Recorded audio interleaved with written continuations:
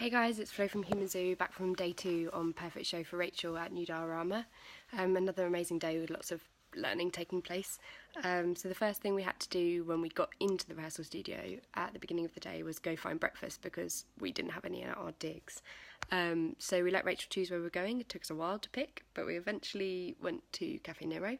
And the interesting thing that we learnt there, or I learnt certainly, was that in a social environment outside of the rehearsal studio, it was harder to remember to stick to the task of listening and responding directly to Rachel and being in her world, because of the social environment. So like expected behaviour or noise or volume or just having to sort things out, like who's having what cup of tea and stuff. And Rachel kind of reminded us to go into her world. She said, "When are we playing the game?" And I said, "Oh guys, I think we need to listen to Rachel a little bit more." And we did find ways of being with her in Cafe Nero, in a really busy cafe. And that was interesting because, importantly, with this project, it can't be that we're saying to everyone, okay, you know, a neurodiverse person, which is everyone, by the way, you know, a neurodiverse person, go and make a show about it. We need people to be able to not have to have a rehearsal studio and the inclination to make a show in order to access the ideas that surround it and the kind of, to make it universally accessible for anyone who finds themselves in a situation where they're with someone who is neurodiverse. So it was interesting to try all that outside of the rehearsal studio and to find that we could do it, but it took more reminding and more kind of verbal prompting from between us to remember to do that. When we got back, Rachel has an empathy doll called Baby. It's like a heavy doll that's often used by people on the autistic spectrum as a thing to feel comforted by, but also to learn to comfort, which is great for Rachel. And she likes to do her hair. She says that she's plaiting it. She uses very specific hand actions to do that, and they're very gentle, which is interesting because Rachel has a history of enjoying pulling hair, but she doesn't do that to this doll.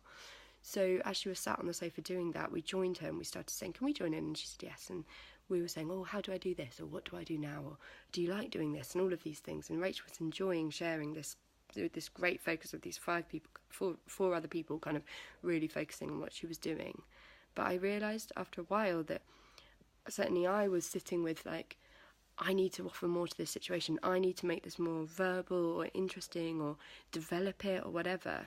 So I said to the guys, I said, "Why don't we try this non-verbally, only responding to Rachel verbally if she asks us to, rather than us saying, 'What do I do now?' or 'This is nice, isn't it?' or blah, blah, blah." And for the first couple of minutes I was sitting thinking, "Oh my God, I'm mad. Like, this is boring for everyone, including Rachel, or maybe she's uncomfortable because it was so quiet and she likes chatter." But eventually she started realising we were copying us, and she offered us sort of more detailed movements and sort of was really focused on when she did this, all of the hands would go like this, and it turned into this beautiful sort of hand choreography where Rachel was the expert and we were following her so closely that you couldn't tell who was leading, and therefore you couldn't tell who was disabled or who knew what was going on, because all 5 of us were just doing the same thing and being in the same place.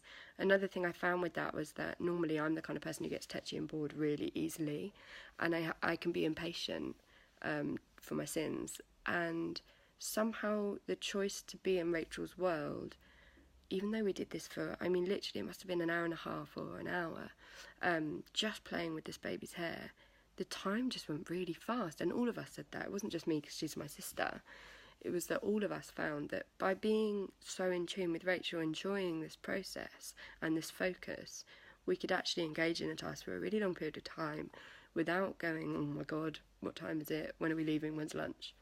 Speaking of which, the next thing was lunch.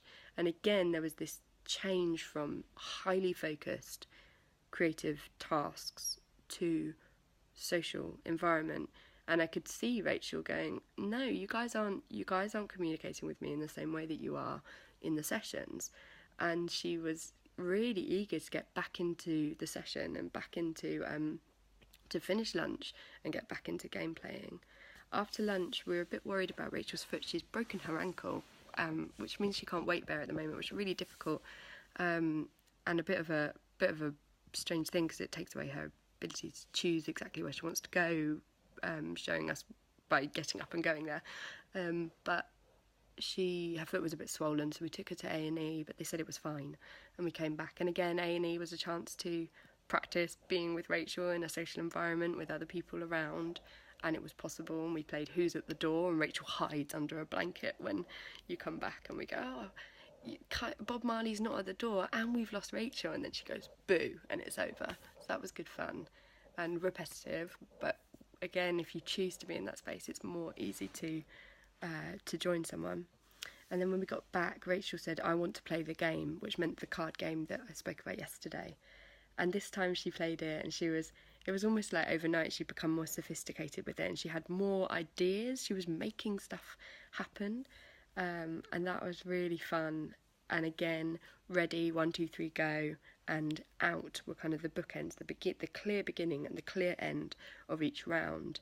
And if in between rounds we started chatting, she'd go ready, and we'd do it again. And it was, that was great. So I've learned quite a lot about how our own brains get in the way of just putting it to one side and being in the same world as everyone who's neurodiverse, which is everyone basically. And that was fascinating. It felt more like we were working on ourselves, and I became less and less worried about how Rachel was behaving and more about how I was behaving around Rachel to support her in this way. So it's exciting. I hope that this show can be an accessible, universal tool for talking about communicating and accepting the offers that neurodiverse people give, rather than expecting them to be what we might expect from a neurotypical person and grading everything on that from that lens. I can't wait to get back in the studio tomorrow. Thank you all for watching. Bye.